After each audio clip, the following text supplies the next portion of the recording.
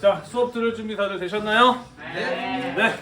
네, 여러분 반갑습니다. 이번 주에도 힘차게 캠브리지 동아시아사 시간 함께 열심히 공부해 보도록 합시다. 이번 시간에 우리는 고려의 통치체제 정비 가운데 일단은 고려의 성립 그리고 고려의 중앙관제 이런 내용들에 대해서 이번 시간에 함께 살펴보도록 하겠습니다. 자, 같이 한번 보도록 할게요. 자, 우리 지난 시간에 이런 이야기 하고 있었습니다. 신라 말로 가게 되면서 진골 귀족들이 성장하고 왕권이 약화됨에 따라 진골 귀족들 사이에서 신라의 왕위를 차지하기 위한 치열한 다툼이 벌어지게 되었다라고 이야기를 하였어요. 기억이 나나요?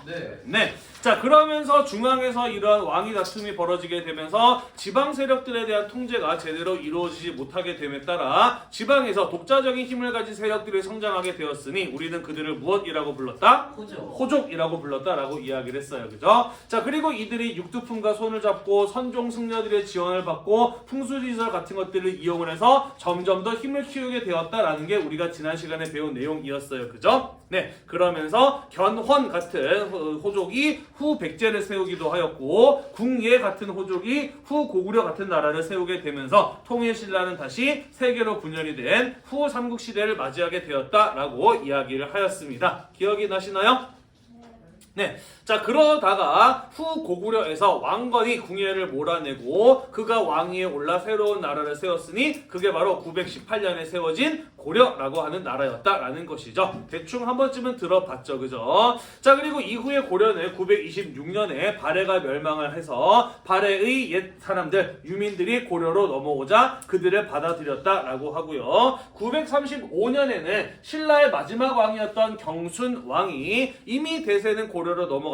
더 이상 나라를 유지하는 게 큰 의미가 없다. 라고 스스로 판단하여 고려에게 항복을 하게 되면서 고려는 옛 신라의 땅도 차지하게 되었다라는 것이죠. 마지막 남아있었던 후 백제를 공격을 해서 멸망을 시킵니다. 그러면서 936년에 고려는 후삼국 시대를 통일하게 되었다라는 것이고요. 옛 발해의 유민들까지도 받아들였다라는 점에서 고려의 통일은 민족의 재통합을 의미하기도 한다라는 거 여러분들이 기억해 두면 될 것 같습니다. 어렵나요? 네, 별로 어렵지 않죠. 그죠? 자, 이러한 과정 속에서 우리가 한 가지 짚고 넘어가야 될 것이 있습니다. 자, 선생님이 지난 시간에 후삼국 시대 때 얼마나 지방 곳곳에 많은 호족들이 있었는지를 보여준 적이 있어요. 기억이 나나요? 네, 그러면서 어떤 얘기를 했냐면은 이렇게 전국 각지에 수많은 호족들이 있었기 때문에 이 상황을 수습하고 통일하는 사람은 어떤 사람이다?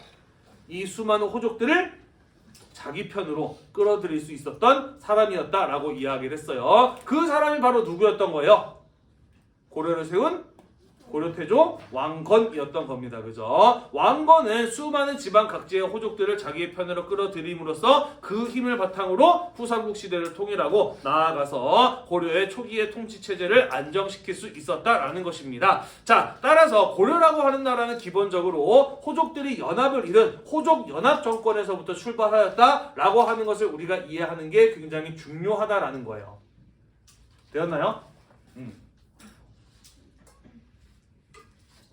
고려라는 나라는 기본적으로 호족연합 정권으로 출발하였다. 자, 그렇다면 고려태조 왕건은 이 지방 각지의 호족들을 어떻게 해서 자기 편으로 끌어들일 수 있었느냐? 자, 봅시다. 우리가 어떤 사람이랑 같은 편 먹고 싶어 하지?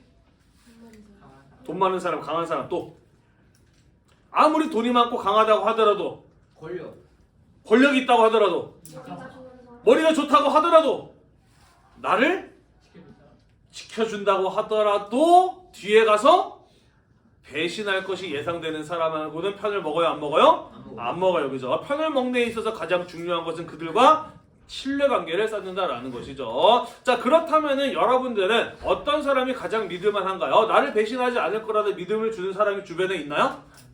없으면 슬픈데. 누가 있나요?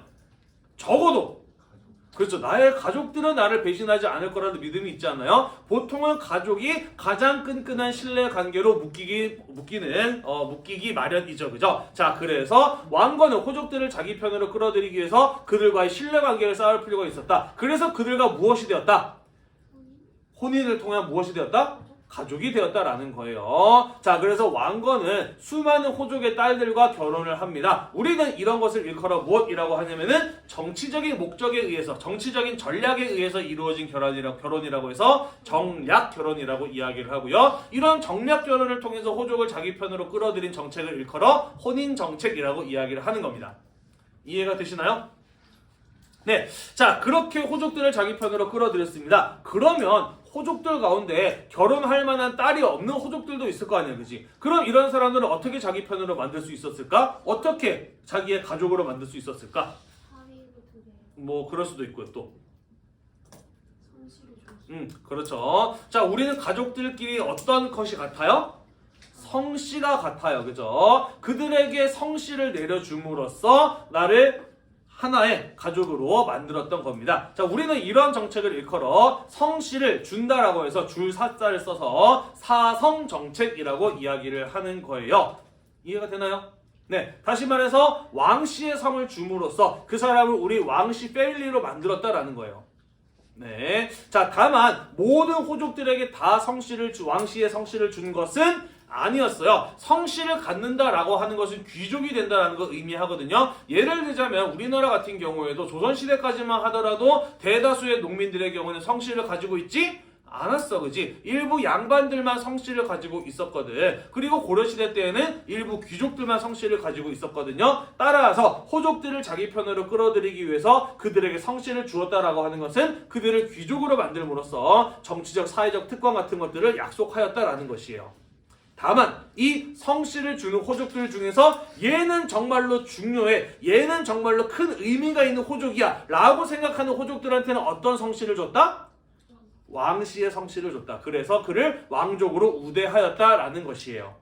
이해가 되시나요? 예를 들자면 발해가 멸망을 하면서 발해의 마지막 왕자인 대광현이라는 사람이 발해 사람들을 이끌고 고려로 넘어오자 그에게 왕씨의 성을 줍니다. 발해 역시 고려랑 마찬가지로 고구려를 계승한 나라이니 발해의 왕족은 고려의 왕족이기도 하다라고 하면서 그에게 왕씨의 성을 주면서 우대를 합니다. 그러면서 대광현이라는 사람이 이름이 왕계로 바뀌기도 하였다라는 거예요. 사성정책 이해가 되나요?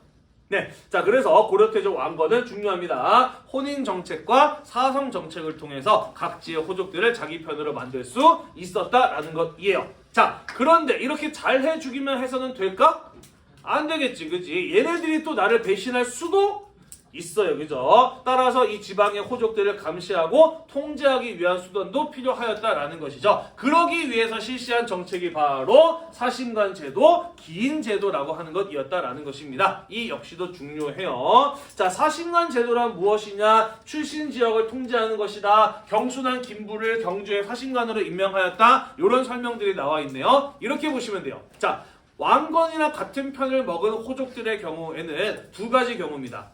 왕건에게 우대를 받으면서 수도인 개경으로 올라와서 중앙의 귀족이 되거나 아니면 여전히 지방에 남아서 그 지역에서 강한 영향력을 행사하는 이 두 부류로 분류해 볼 수가 있어요. 자, 그 가운데 수도인 개경에 올라온 호족에게 맡긴 일이 바로 사신관이라고 하는 일이에요. 자, 이거는 무엇이냐? 자, 봅시다. 지금 이 신라의 수도였던 경주, 왕건은 이 경주에 대해서 잘 알까 잘 모를까?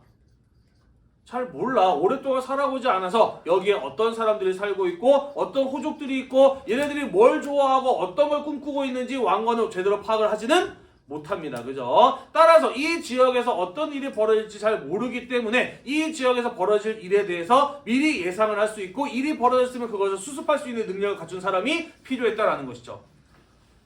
경주에 대해서 가장 잘 아는 사람은 누구였을까 그러면? 직전까지 신라의 왕이었던 누구? 그렇죠. 경순한 김부가 가장 잘 아는 사람인 겁니다. 그죠? 자, 그래서 개경에 올라와 있었던 경순한 김부를 경주 지역의 사신관으로 임명하면서 당신이 저 지역에서 무슨 일이 벌어지지 않는지 잘 감시하고 통제하고 일어난 일에 대해서 책임지시오라고 하는 임무를 맡겼던 겁니다. 그게 바로 사신관 제도라는 것이에요.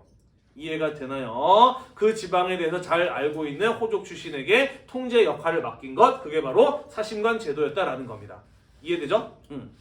자, 그리고 선생님이 방금 뭐라고 이야기했냐면은 경순원처럼 개경에 올라온 호족도 있었지만 여전히 지방에 머물고 있는 힘 있는 호족들도 있었다라고 이야기를 했어요. 그죠? 그 사람들을 통제하기 위해서 실시한 제도가 바로 기인 제도라고 볼 수가 있습니다. 자, 여기 밑에다가 선생님이 기인 제도에 대한 설명을 간략하게 넣어놨는데 읽어볼게요. 호족의 자제를 볼모로 삼아 수도에 머물게 하고 출신지의 일을 자문하게 한 제도다라고 되어 있습니다. 자, 이런 거예요. 여전히 지방에 큰 힘을 발휘하고 있는 호족이 있습니다. 그리고 걔가 그 지역을 직접 통치하고 있어. 따라서 이 지역을 통치해야 되기 때문에 그 호족을 중앙으로 올라오라고 하지는 못해. 그래서 어떻게 한 거예요? 너의 아들을 수도로 보내라 라고 한 겁니다. 그래서 만약에 그쪽 지역에서 뭔가 문제가 생긴다라고 한다면 그 지역 출신이니까 잘 알고 있겠지, 그지? 그래서 이거 어떻게 된 일이야? 네가 좀 알아봐라 라는 식으로 질문을 하고 도움을 얻기도 했다라는 겁니다. 또한 자기 아들이 왕 옆에 있어. 개경에 머물고 있단 말이야. 그래서 이런 호족들의 경우에는 지방에서 반란을 일으키기가 쉬울까 어려울까? 어려워. 왜? 혹시라도 반란을 일으키면 어떤 일이 벌어질 수도 있어요? 그렇죠. 자기 아들이 죽을 수도 있습니다. 그죠? 그래서 지방에 머물고 있는 힘 있는 호족들이 딴 마음 품지 못하도록 그의 자식을 왕건이 수도에서 인질로 잡고 있는 제도가 바로 기인 제도다. 이때 개경에 머물고 있는 호족의 자식을 기인이라고 불렀다라는 거예요. 이해가 되나요? 안 돼? 되죠? 네, 대답 좀 해주세요, 여러분. 자, 그래서 고려태조 왕건의 경우에는 이 사신관 제도와 기인 제도를 통해서 호족들을 통제할 수 있었다라는 얘기가 되겠습니다. 중요해요. 둘 다 잘 기억해 두도록 합시다. 자, 봅시다. 이후에 다른 얘기도 좀 해보도록 할게요. 자, 후삼국을 통일하기 위한 오랜 전쟁이 끝이 났습니다. 그러면서 이제는 전쟁보다는 백성들의 삶을 안정시킬 필요가 있었다라는 것이죠. 자, 백성들한테 세금을 많이 걷어야 그들의 삶이 안정되나요? 적게 걷어야 안정되나요? 적게 걷어야죠. 그죠? 그래서 조세 부담, 세금의 부담을 낮추어 주었다라는 것이고요. 또한 빈민 구제 기관으로 흑창이라고 하는 것을 설치했습니다. 자, 요거는 뭐냐? 우리나라는 예로부터 기본적으로 농업 국가였죠. 생업, 먹고 살기 위해서 하는 일은 거의 주된 일이 농업이었어. 백성들의 절대 다수는 농민이었다라는 것이죠. 자, 이들의 삶을 안정시키기 위해서 설치한 게 바로 흑창인데 농민들은 언제 가장 힘들까? 언제 가장 가난하고 언제 가장 많이 굶어 죽을까? 겨울? 아니에요. 농민들이 가장 힘든 계절 언제일까? 네, 여름보다도 오히려 봄입니다. 지금 이맘때예요. 왜 그러냐면은 가을에 곡식을 수확한 것을 겨울 내내 먹어. 그리고 이때쯤 되면은 거기 그것이 다 떨어집니다. 하지만 아직 주변에 둘러보면은 풀이 본격적으로 자라고 있지는 않아요. 그죠? 적어도 늦은 봄에 수확하는 보리가 나올 때까지 그때가 가장 넘어가기 힘든 고비라는 거죠. 그래서 이 시기를 뭐라고도 부르느냐? 보릿고개라고도 부르는 거예요. 이해가 되죠? 그래서 봄에 농민들이 가장 배고프고 가난하고 굶어 죽는 사람이 많거든요. 그래서 그때 나라에서 곡식을 빌려주는 겁니다. 그리고 언제 갚게 하는 거예요? 가장 쌀이 많을 때. 가을, 그죠? 추수하고 난 다음에 그것을 갚게 하는 것이죠. 이러한 역할을 수행했던 빈민 구제 기관들, 역사적으로 많은 이름을 가지고 있었습니다만은 고려시대 때는 그것을 무엇이라고 불렀다? 흑창이라고 불렀다라는 거예요. 이해가 되나요? 네, 이런 식으로 백성들의 삶을 안정시켰다라는 겁니다. 네 번째, 자, 고려라고 하는 나라 이름을 보면 알겠습니다만은 무엇을 계승한 나라였음을 알 수 있다? 고구려를 계승한 나라였음을 알 수 있다라는 거예요. 자, 그러면서 고구려의 옛 땅을 되찾기 위해서 노력을 하는데, 자, 지도를 보면 알겠습니다만 고려를 기준으로 고구려의 옛 땅은 대부분 동서남북 가운데 어디에 있었어요? 고려의 지도를 놓고 봤을 때 고구려의 옛 땅은 동서남북 가운데 어느 쪽에 있었어요? 북쪽에 있었죠. 그죠? 자, 그래서 북쪽으로 진출하는 정책, 북진 정책을 태조 왕건이 실시하였고요. 그러면서 영토를 여기 흘러가는 강, 청천강이라는 곳이거든요. 청천강까지 넓힐 수 있었다. 지도에 표시되어 있는 파란색 부분이 태조 왕건 시절에 추가적으로 확보한 영토였다라는 거예요. 이해가 되시죠? 자, 또한 고구려의 마지막 수도가 어디였나요? 그것은 바로 네, 평양이었어요. 그죠? 자, 그래서 평양을 수도 못지않게 중요한 도시로 여겼습니다. 그래서 수도인 개경보다 조금 서쪽에 있잖아요. 그래서 이것을 서쪽의 수도다라는 의미에서 서경이라고 부르면서 매우 중시하였다라는 이야기가 되겠어요. 이해되시죠? 자, 또한 이 고구려 계승의식과 관련된 게 무엇이냐면은 거란을 적으로 대한 겁니다. 자, 왜 거란을 적으로 대했느냐? 거란은 발해를 멸망시킨 나라예요. 발해는 어디를 계승한 나라예요? 고구려를 계승한 나라예요. 그죠? 따라서 고구려를 계승한 발해를 멸망시킨 거란 역시 고구려를 계승한 고려의 적이기도 하다라는 겁니다. 이해가 되나요? 자, 우리가 다음 시간에 이야기할 텐데요. 한반도가 후삼국으로 분열되었다가 고려로 통일되던 이 시기 즈음에서 중국에서는 어떤 일이 있었느냐? 당나라가 망하고 5대 10국이라고 하는 분열의 시기를 맞았다가 송이라고 하는 나라로 통일되는 과정을 겪거든요. 네, 그리고 이러한 중국의 분열기를 틈타서 거란족이 북방에서 빠르게 성장을 하게 됩니다. 자, 그러면서 이후에 송이랑 거란 사이에 치열한 전쟁이 벌어지게 되는데 당연히 송과 거란 모두 고려를 어떻게 하고 싶었을까? 송이랑 거란이 싸우고 있는 상황이니까 고려를 어떻게 하고 싶었을까? 멸망? 그렇죠. 서로 자기 편으로 만들고 싶었겠죠. 그죠? 그래야 상대방을 싸우는데 도움이 될 거 아닙니까? 그죠? 다음 시간에 자세하게 이야기를 할 거예요. 자, 아무튼 그래서 거란도 역시 고려랑 사이좋게 지내기 위해서 여러 차례 고려와 사이좋게 지내려는 노력들을 합니다. 예를 들자면 고려태조 왕건에게 거란 쪽에서 우리나라에서 보기 힘든 낙타라는 동물을 50마리나 선물로 준 적이 있습니다. 하지만 태조 왕건은 뭐라고 했느냐? 나는 발해를 멸망시킨 너희랑 사이좋게 지낼 생각이 없다 라고 하면서 그 낙타 50마리를 만부교라고 하는 다리 밑에다 묶어서 굶겨 죽이고 이 선물을 가져온 거란의 사신을 무인도에다가 던져버리기도 했어요. 그 사건이 바로 만부교 사건이라고 하는 것이거든요. 이런 것들 전부 다 고구려 계승 의식의 바탕에서 나온 결정들이었다라는 것이에요. 대충 이해가 되시나요? 네. 자, 이런 일이 있었다라는 것입니다. 자, 그리고 마지막으로 왕건의 경우에는 죽기 전에 나 다음에 왕을 하는 후손들이여 이 10가지 정도는 지켜라 라고 하면서 10가지의 조언을 남깁니다. 그게 바로 무엇이냐면 훈요 10조라고 하는 것이 되겠어요. 여기에서 왕건은 왕위는 첫째 아들이 이어받도록 하여라. 연등회 8관에 같은 불교 행사는 국가적으로 중요하니까 잘 챙겨라. 옛 고구려의 수도였던 평양을 중시 여겨라 등등등 같은 이러한 조언을 남기기도 하였습니다. 아, 고려태조 왕건이 남긴 조언들이구나 라는 것 정도 기억하고 넘어가시면 되겠네요. 됐나요?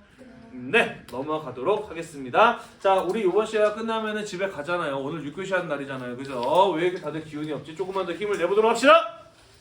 알겠지? 네. 자, 아무튼 그리고 왕건은 죽었습니다. 그리고 그의 아들, 첫째 아들인 해종이 고려의 왕위에 오르게 돼요. 자, 그런데 이때 문제가 발생합니다. 어떤 문제가 발생하느냐? 아까 선생님이 이야기했죠. 왕건이 여러 호족들을 자기 편으로 끌어들이기 위해서 뭘 했다 그랬어요? 혼인 정책을 실시했다 그랬어요. 그죠? 그래서 무수히 많은 호족의 딸들과 결혼했다라고 이야기를 했잖아요. 그지? 자, 그래서 고려태조 왕건에게는 몇 명의 부인이 있었냐면은 29명의 부인이 있었다라는 것이에요. 대단히 많죠. 부러운 학생들 종종 보이네. 선생님 전혀 부럽지 않아요. 와이프 하나 있는 것만 해도 먹고 살기 굉장히 힘든데 29명 있으면 얼마나 힘들었을까. 네, 아주 그 왕건은 매우 힘들었을 거예요. 자, 아무튼 29명의 부인 사이에서 몇 명의 자식을 얻느냐? 25명의 아들과 9명의 딸을 얻습니다. 아, 이 집안은 아들 많이 낳는 집안이네. 그지? 자, 문제는 뭐냐? 이 25명의 아들들 왕자들은 전부 다 왕건의 뒤를 이어서 왕이 될 수 있는 자격을 가지고 있는 애들이에요. 그죠? 게다가 누구 아들이에요? 호족의 딸의 아들이야. 다시 말해서 이 왕자들의 외할아버지는 전부 다 지방에서 꽤 큰 힘을 가지고 있는 호족들이란 말이야. 그지? 당연히 이 호족들은 자기의 손자를 어떻게 하고 싶을까? 왕으로 만들고 싶어요. 그죠? 자, 그래서 어떤 일이 벌어지게 되느냐? 해종, 정종이 왕건의 뒤를 이어서 왕위에 오르는데 끊임없이 어떤 일이 벌어지느냐? 음식에 독을 탄다거나 자객을 보낸다거나 아니면 함정을 파놓는다거나 등등등 이 왕들을 죽이려고 하는 시도가 끊임없이 일어나게 돼요. 왜? 쟤네가 죽어야 내 손자에게 순서가 돌아오기 때문이죠. 이해가 되시죠? 자, 그래서 2대 왕이었던 해종, 나름 어렸을 때는 아버지 따라다니면서 후삼국 통일 전쟁에서 활약했던 용맹한 사람이었습니다만은 끊임없이 누군가 자기를 죽이려고 한다라는 이런 불안감 속에 시달리다가 일찍 죽어버리고 말아요. 그의 동생인 정종도 마찬가지였다라는 것이죠. 이해가 되나요? 자, 그래서 해종, 정종의 뒤를 이어서 네 번째로 왕위에 오른 그들의 동생이었던 광종의 경우에는 형들이 어처구니없이 죽어나가는 걸 보면서 무슨 생각을 했을까? 무슨 생각을 했을까? 호족의 힘을 줄여서 그렇지. 내가 안 죽이려면 호족의 힘을 약화시켜야 되겠다. 또 내가 안 죽으려면 왕인 나의 힘이 강해야 되겠다라는 걸 생각했겠죠. 그죠? 자, 그래서 고려 광종의 경우에는 왕권을 강화하는 한편 호족들의 힘을 약화시키기 위한 여러 가지 정책을 실시해 나갔으니 그 첫 번째가 바로 노비안건법의 시행이었다라는 것입니다. 자, 노비안건법 위에 선생님이 설명을 적어놨는데 후삼국을 통일하는 전쟁의 과정에 어떤 일이 벌어졌느냐? 전쟁 중이에요. 사회가 안정되었나요? 혼란했을까요? 혼란했어요. 그 혼란을 틈타서 힘 있는 호족들이 농민들이 가지고 있는 땅을 빼앗고 그들을 자기 집안의 노비로 만드는 일들이 종종 벌어지기도 하였다라는 것입니다. 자, 그러면서 호족들은 많은 숫자의 노비들을 거느리게 되는데 이게 어떤 문제를 가지고 오느냐? 첫 번째, 노비는 개인의 재산입니다. 노비를 많이 가지고 있다. 그만큼 호족의 경제력이 높다. 강해진다는 소리예요. 그죠? 또 노비들의 경우에 사람이기 때문에 무엇으로 쓰일 수도 있습니까? 반란군으로 쓰일 수도 있어요. 그죠? 한편 노비는 사람이지만 사람이 아니기 때문에 세금 내요? 안 내요? 안 내요. 노비가 많아지면 많아질수록 국가로 들어오는 세금 수입은 어떻게 됩니까? 줄어들게 되겠죠. 그죠? 따라서 이 광종 입장에서는 노비의 숫자를 줄여서 호족들의 힘을 약화시키고 그들을 자유롭게 풀어줌으로써 국가의 세금 수입을 늘릴 필요가 있었다라는 것이죠. 이해가 되나요? 네. 그래서 노비안건법이라고 하는 것을 시행을 해서 전쟁 과정 속에서 원래 노비가 아니었는데 불법적으로 노비가 된 사람들을 조사하고 그들을 풀어주는 정책을 시행을 한 겁니다. 이해가 되시죠? 네, 그렇게 함으로써 호족들의 힘을 약화시키고 국가 재정을 더욱더 늘릴 수 있었다라는 것입니다. 두 번째, 호족이랑 싸우기 위해서는 왕에게 무엇이 필요했느냐? 내 편이 필요했어요. 기왕이면 어떤 애들? 좀 더 정확히는 네, 똑똑하고 유능하고 충성스러운 신하들이 필요하였다라는 것이죠. 자, 그래서 그런 신하들을 뽑기 위해서 어떤 제도를 실시했느냐? 그렇죠. 중국에서 과거제라고 하는 관료 선발 제도를 도입하였다라는 것입니다. 시험을 통해서 그 사람의 능력을 객관적으로 검증함으로써 유능한 인재를 선발하는 제도, 그게 바로 과거제잖아요. 그죠? 신라 때에는 뭐 때문에 도입하지 못했나요? 골품제 때문에 도입을 하지 못했지만 신라가 망하면서 골품제가 사라지게 됨에 따라 고려에서는 과거제를 시행할 수가 있게 된 겁니다. 이해가 되시죠? 그죠? 자, 그러면서 과거를 통해서 유능한 인재를 선발하고 왕권을 돕도록 함으로써 그들과 함께 호족들과 싸워나가면서 호족들을 견제하는 한편 왕권을 더욱더 강화할 수 있었다라는 것입니다. 광종하면 노비안건법과 과거제의 시행 중요하니까 잘 기억해 두도록 할게요. 알겠죠? 네. 선생님이 예전에는 칠판에서 수업을 했는데 파워포인트로 수업을 바꾸면서 약간 좀 문제가 생겼어요. 뭐냐면은 이쪽 학생들은 집중해서 수업을 잘 들어. 근데 저쪽 학생들의 경우에는 나랑 거리가 멀어지다 보니까 딴짓을 하거나 조는 학생들이 많이들 벌어지더라고요. 구조적인 한계인 건 어쩔 수 없습니다만은 그래도 조금 나랑 거리가 멀다고 해도 수업에 집중도 하고 딴짓도 하지 말도록 합시다. 알겠죠? 자, 봅시다. 또한 공복이라고 하는 것을 제정해요. 공복이란 뭐냐? 배고픈 거 아니고요. 오피셜, 공식적이다 할 때 공식적이다 할 때 공, 그리고 옷 입는다 할 때 그 복자가 되겠어요. 다시 말해서 공복이란 고려시대나 조선시대 때 관원, 나라를 위해서 일을 하는 관리들이 조정, 왕 앞에 나아갈 때 입는 예복, 예의를 갖춘 옷을 일컬어 공복이라고 합니다. 자, 우리 사극에 보면은요, 왕을 가운데라서 양옆에 신하들이 똑같은 옷을 입고 쭉 서 있는 모습 볼 수가 있죠. 그죠? 다만 왕의 가까운 쪽에 있는 사람들과 왕의 멀리 있는 쪽의 사람들이 입는 옷의 색깔이 조금은 달라요. 그죠? 공복을 제정했다라고 하는 것은 무엇을 의미하는 것이냐? 왕 아래 신하들 사이에 위계 질서를 나누었다라는 거예요. 그리고 이 각자의 사람들의 높이를 정했다라는 겁니다. 그래서 왕을 정점으로 하는 신하들 사이에서의 위계 질서가 확립되었기 때문에 공복을 제정할 수 있었다라는 거예요.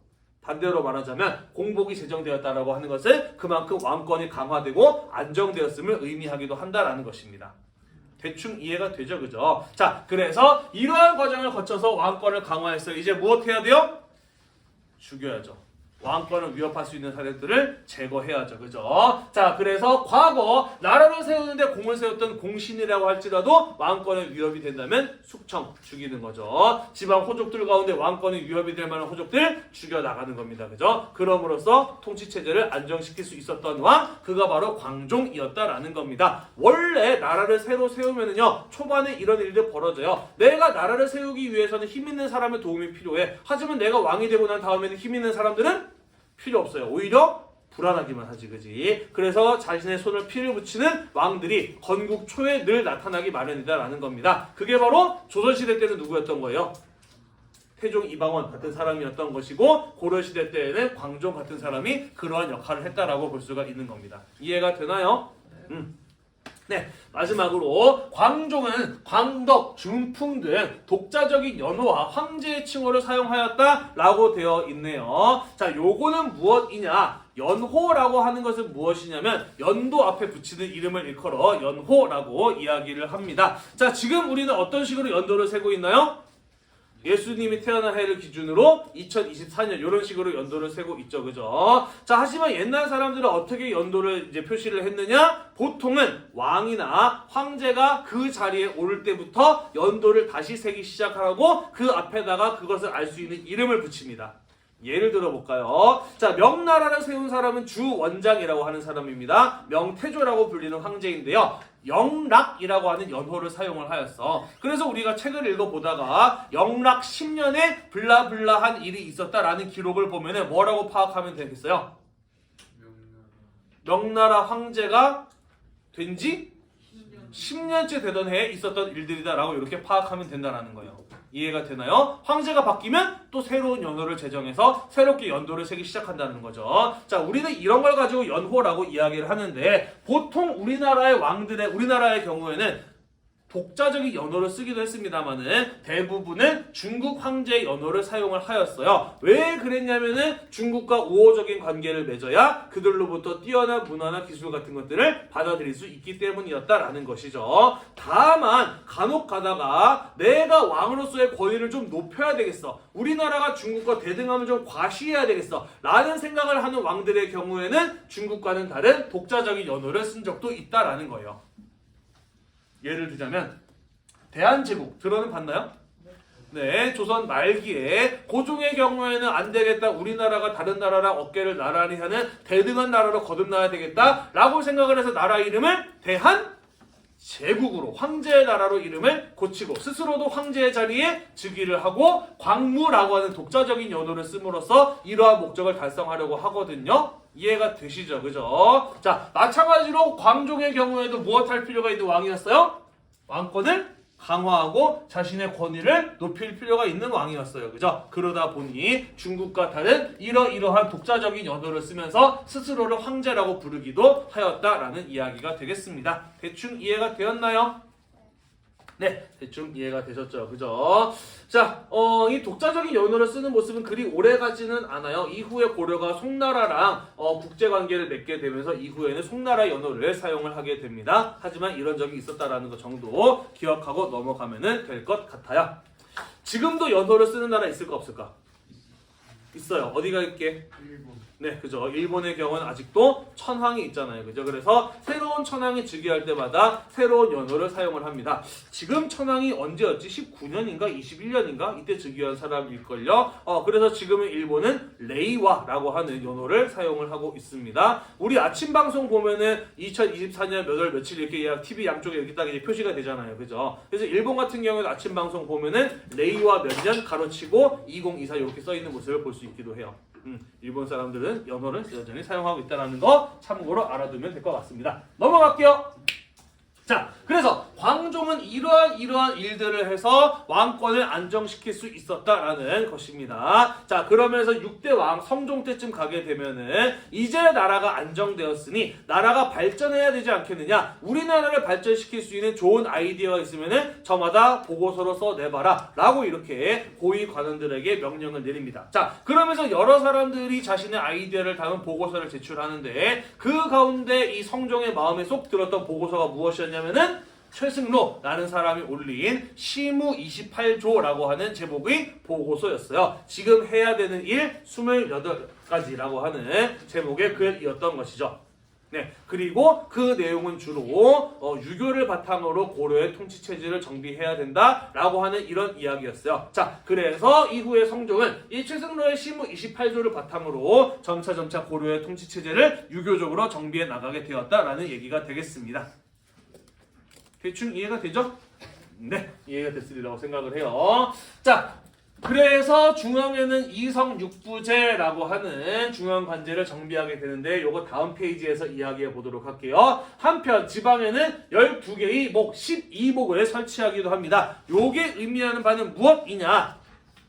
이런 거예요. 자, 고려는 어떤 나라로 출발했다라고 이야기를 했냐면 호족 연합 정권으로 출발하였다라고 이야기를 했습니다. 따라서 이 전까지는 지방은 실질적으로 전부 다 누구에 의해서 통치되고 있었느냐? 다 호족들에게 의해서 통치가 되고 있었어. 하지만 고려라는 나라가 중앙적 집권적인 국가로 발전해 나가려면은 왕이 전국을 직접 통제할 수 있어야 되겠죠. 그죠? 자, 그래서 이때부터 중앙에서 지방에다가 왕의 신하인 지방관을 파견을 해서 직접 통치하기 시작을 한 겁니다. 처음부터 전국에 다 보낼 수는 없었어요. 처음에는 어떤 곳들에만 보내느냐? 여기는 정말로 중요해. 지리적으로나 교통의 편리함으로나 인구의 많음으로나 여기는 정말 중요해서 왕이 직접 통치해야 되겠다 싶은 곳들을 12군데를 찍은 겁니다. 오늘날로 치자면 뭐랄까? 약 도청 소재지 같은 곳들이랄까요? 그런 곳들에다가 목이라고 하는 지방의 큰 고을의 거점에다가 12목을 설치를 해서 왕이 지방관을 파견한 거예요. 뭔 소리인지 이해가 되나요? 네. 자, 그래서 지방의 큰 고을 거점 12군데에다가 지방관을 보내서 국왕이 직접 통치하는 지역을 점차 늘려나가기 시작하였다라는 것이 되겠습니다. 대충 이해가 되었죠? 네. 자, 네 번째. 자, 그래서 이러한 노력들을 통해서 유교적인 통치체제를 정비하였다라고 이야기를 하였어요. 그렇기 때문에 앞으로 나라를 다스리는데 중요한 일을 해야 될 사람들의 경우에는 당연히 유교적인 교양과 지식을 잘 갖추고 있어야 되겠죠. 그죠? 그죠? 네. 따라서 이런 사람들을 뽑으려면 이런 사람들을 잘 가르치고 길러내야 되잖아요. 그죠? 자, 그래서 중앙에는 국자감이라고 하는 교육기관을 정비해서 유교 교육을 실시하였고요. 지방에는 경학박사라고 해서 교수님을 보내서 지방의 인재들에게 유교 교육을 실시하기도 하였다라는 얘기가 되겠습니다. 이해가 되었나요? 넘어가도 되겠죠? 넘어가 보도록 하겠습니다. 자, 마지막 페이지요, 여러분. 지금 10분 정도 남아있습니다. 조금만 더 힘을 내도록 할게요. 네, 여러분들 정수리를 보다 보니까 선생님의 힘이 점점 쭉쭉 빠지고 있네요. 다들 여러분들의 잘생기고 예쁜 얼굴을 보여주면서 눈빛을 초롱초롱 빛내보면서 선생님에게 응원의 메시지를 좀 전달해 주시기를 바라요. 아씨, 머리 좀 자를까? 귀찮아 죽겠네, 정말. 네, 여담입니다만 선생님은 락 음악을 좋아해요. 그리고 계약하기 직전에 콘서트를 다녀왔는데 너무너무 감동이었어. 그래서 지금까지 내 안에 숨죽여 있었던 락커의 피가 끓기 시작을 했어요. 그래서 올해는 한번 머리를 길러서 뒤로 한번 묶어봐야 되겠다라는 이런 생각을 하고 있거든요. 근데 이게 꽤 험난하네. 이렇게 불편해가지고 언제 머리 기르고 앉았지? 여름이 오면. 그치. 여름은 막 달라붙고 할 거 아니야, 그치? 여학생들 참 존경해. 어떻게 머리를 이렇게 기르고 있는지. 자, 마지막으로 고려의 중앙관제에 대해서 이야기를 해보도록 하겠습니다. 다시 말해서 고려의 중앙정부는 어떤 형태를 갖추고 있었느냐에 대해서 살펴보도록 할게요. 자, 고려라는 나라는 언제 성립을 하게 되느냐? 당나라가 망하고 송나라가 세워지던 시기에 고려라는 나라가 세워졌어요. 그러다 보니 당나라의 것을 배우기도 하였고 송나라의 것을 배우기도 하였습니다. 예를 들자면요, 당나라에는 삼성육부제라고 하는 중앙관제가 있었어요. 배운 기억 나시죠? 황제가 명령을 내리면 중서성에서 논의를 해서 문화성에서 결정을 하고 상서성에서 그것을 실행하는 게 삼성육부제라고 하는 것이었어요. 요것을 응용해서 고려에서는 중서성과 문화성을 합쳐서 중서문화성이라고 하고 그 아래 상서성을 두었다라는 것이죠. 그래서 왕이 명령을 내리면 중서문화성에서 그것을 논의해서 결정을 하고 상서성에서는 그것을 이병호형 예부라고 하는 6개의 하위 부서를 통해서 실행에 옮겼다. 이게 바로 고려의 이성육부제다라고 하는 것이에요. 어렵나요? 어렵지 않을 거예요. 그죠? 자, 그리고 중서문화상의 상급 관원들은 재신이라고 불렀는데 이 사람들은 국가의 주요한 정책들을 논의하고 결정하는 사람들이었다라는 것이고요. 그 아래에는 낭사라고 불리는 관원들이 있었는데 이 사람들이 맡은 역할은 언론 기능이었다라는 겁니다. 언론 뭔가요? 언론 하면 뭐가 떠올라요? 기자, 뉴스 이런 거 떠오르죠. 그죠? 뉴스에서는 주로 어떤 소식들을 다루지? 정치. 물론 날씨, 스포츠, 경제, 사회 많이 다룹니다만은 거의 초반 부분에 나오는 주된 얘기는 정치 얘기들이에요. 그죠? 언론이 갖는 중요한 기능은 무엇이냐? 정치를 감시하고 잘잘못을 비판하는 게 언론이 갖는 중요한 기능이거든요. 바로 그런 역할을 했던 사람들이 바로 낭사였다. 고위 관원들이 하는 일을 잘하고 있는지 못하고 있는지 관찰하고 잘못된 일 있으면 비판하는 사람들, 이런 사람들이 낭사라고 불리는 사람들이었다라는 것이에요. 이해가 되셨죠? 그죠? 자, 한편 송나라의 제도를 모방을 해서 중추원과 어사대 3사라고 하는 기관을 두고 있었어요. 자, 중추원의 상급 관원은 추밀이라고 불리는 사람이었는데 이들의 경우에는 군사기밀, 나라를 지키는 데 중요한 국방과 관련된 일들을 다루는 사람들이었다라는 것이고요. 승선이라는 사람들은 왕명을 출납하였다라고 되어 있습니다. 우리 지난 시간에 신라의 집사부라고 하는 게 있었다라는 거 배운 적 있는데 기억이 전혀 안 나죠. 그죠? 자, 왕명 출납이라고 하는 게 뭐라고 이야기를 했었냐면은 왕이 명령을 내리면 그것을 신하들에게 전달하고 신하들의 의견을 왕에게 전달하는, 오늘날로 따지자면 대통령 비서실과 같은 역할이 바로 왕명 출납이었다라고 이야기를 하였어요. 왕의 눈과 귀, 입과 같은 역할을 하는 게 바로 승선이라고 불리는 사람들이었다라는 것 정도 이해를 하고 넘어가시면 되겠네요. 되었나요? 자, 한편 어사대라고 하는 게 있습니다. 암행 어사죠. 그죠? 암행어사가 하는 일이 뭐예요? 몰래 가서, 그렇죠, 관리들의 비리를 감시하고 관찰해서 발견되면 고발하는 거잖아요. 그죠? 그런 역할을 하는 사람들이 바로 어사대였다라고 보시면 됩니다. 이해가 되시죠? 자, 그리고 3사라고 하는 곳이 있었는데 고려의 돈 관리하는 곳이었어요. 재정과 회계를 담당하는 곳이 바로 3사라고 하는 곳이었다라는 겁니다. 헷갈리면 안 돼요. 조선시대 때에도 3사라고 불리는 곳이 있습니다. 사헌부, 사간원, 홍문관이라고 하는 곳이거든요. 그런데 조선시대 때 3사는 하는 일이 뭐냐? 언론 기능이에요.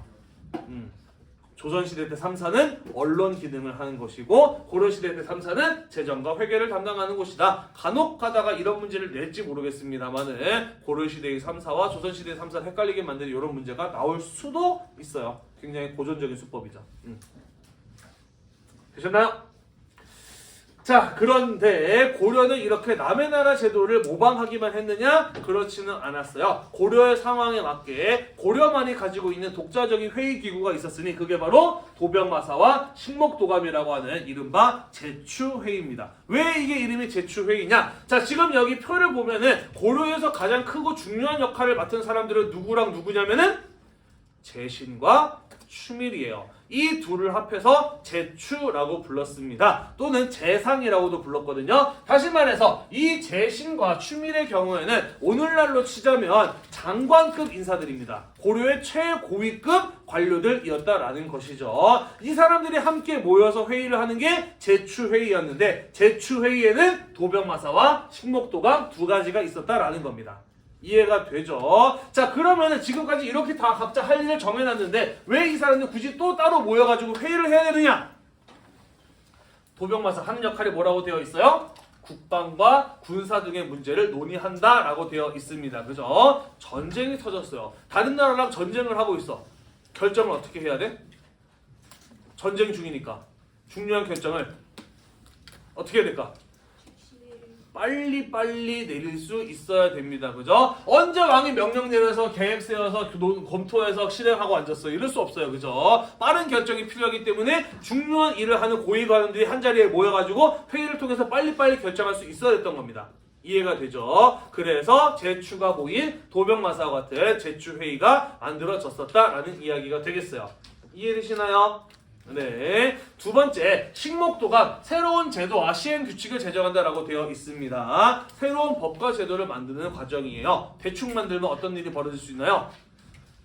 큰 사회적인 혼란 같은 것들이 벌어질 수 있어요. 그죠? 그렇기 때문에 중요한 역할을 맡은 사람들이 모여서 충분한 논의가 이루어질 필요가 있습니다. 그죠? 그래서 식목동안과 같은 이런 회의 기구가 만들어졌구나 라고 보시면 된다라는 거예요. 이해가 되나요? 마지막으로 파란색 점이 찍혀있는 사람들이 있습니다. 누구냐면 바로 낭사와 어사대예요. 그죠? 이들이 하는 역할은 조금 달라요. 낭사는 정치의 잘잘못을 비판하고 따지는 사람들이고, 어사대의 경우에는 법을 어긴 사람들을 찾아내서 처벌하는 게 어사대의 역할입니다. 하지만 이 맥락은 좀 비슷하죠. 그죠? 권력을 가진 사람들이 제멋대로 하거나 잘못된 결정을 내리지 못하도록 감시하고 비판하고 견제하는 역할을 수행하는 사람들이 바로 낭사와 어사대였다라는 것이죠. 자, 그래서 이 둘을 합쳐서 대간이라고 부르면서 왕이나 관리들의 잘못을 지적할 수 있는 권한을 주기도 하였고요. 또는 왕이 관리를 임명하고자 할 때 얘 잘못한 거 있는지 없는지 따져보고 동의하거나 동의하지 않을 수 있는 그런 권한도 가진 사람들이 바로 대간이라고 불리는 사람들이었다. 고려의 정치에서 권력을 견제하고 균형을 맞추는 역할을 하는 사람들이었다라는 것입니다. 이해가 되었나요? 네, 그래서 신라 때의 중앙관제와 비추어 봤을 때 훨씬 더 하는 일이 세부적으로 구체적으로 나뉘어져 있으며 빠른 결정, 충분한 논의를 할 수 있는 회의기구도 있고 권력자가 권력을 잘못 행사하지 않도록 막을 수 있는 권력의 견제와 균형 역할까지 갖추고 있는 신라 때보다 한 단계 더 업그레이드된 더욱 세련된 중앙관제를 갖게 된 나라로 발전하였구나 라고 하는 것을 우리는 이 표를 통해서 확인해 볼 수 있다라는 것이에요. 대충 이해가 되었나요? 네. 자, 고려의 지방제도도 우리가 살펴봐야 되고요. 고려 초의 국제관계도 우리가 살펴봐야 되는데 시간이 거의 다 끝났네요. 그 부분은 우리가 다음 시간에 마저 이어서 살펴보도록 하겠습니다. 힘들지만 오늘도 수업을 들어주느라고 정말 대단히 고생 많으셨고요. 이 영상이 여러분들의 공부에 도움이 되셨다면 구독과 좋아요 잊지 말고 눌러주세요. 수고했습니다.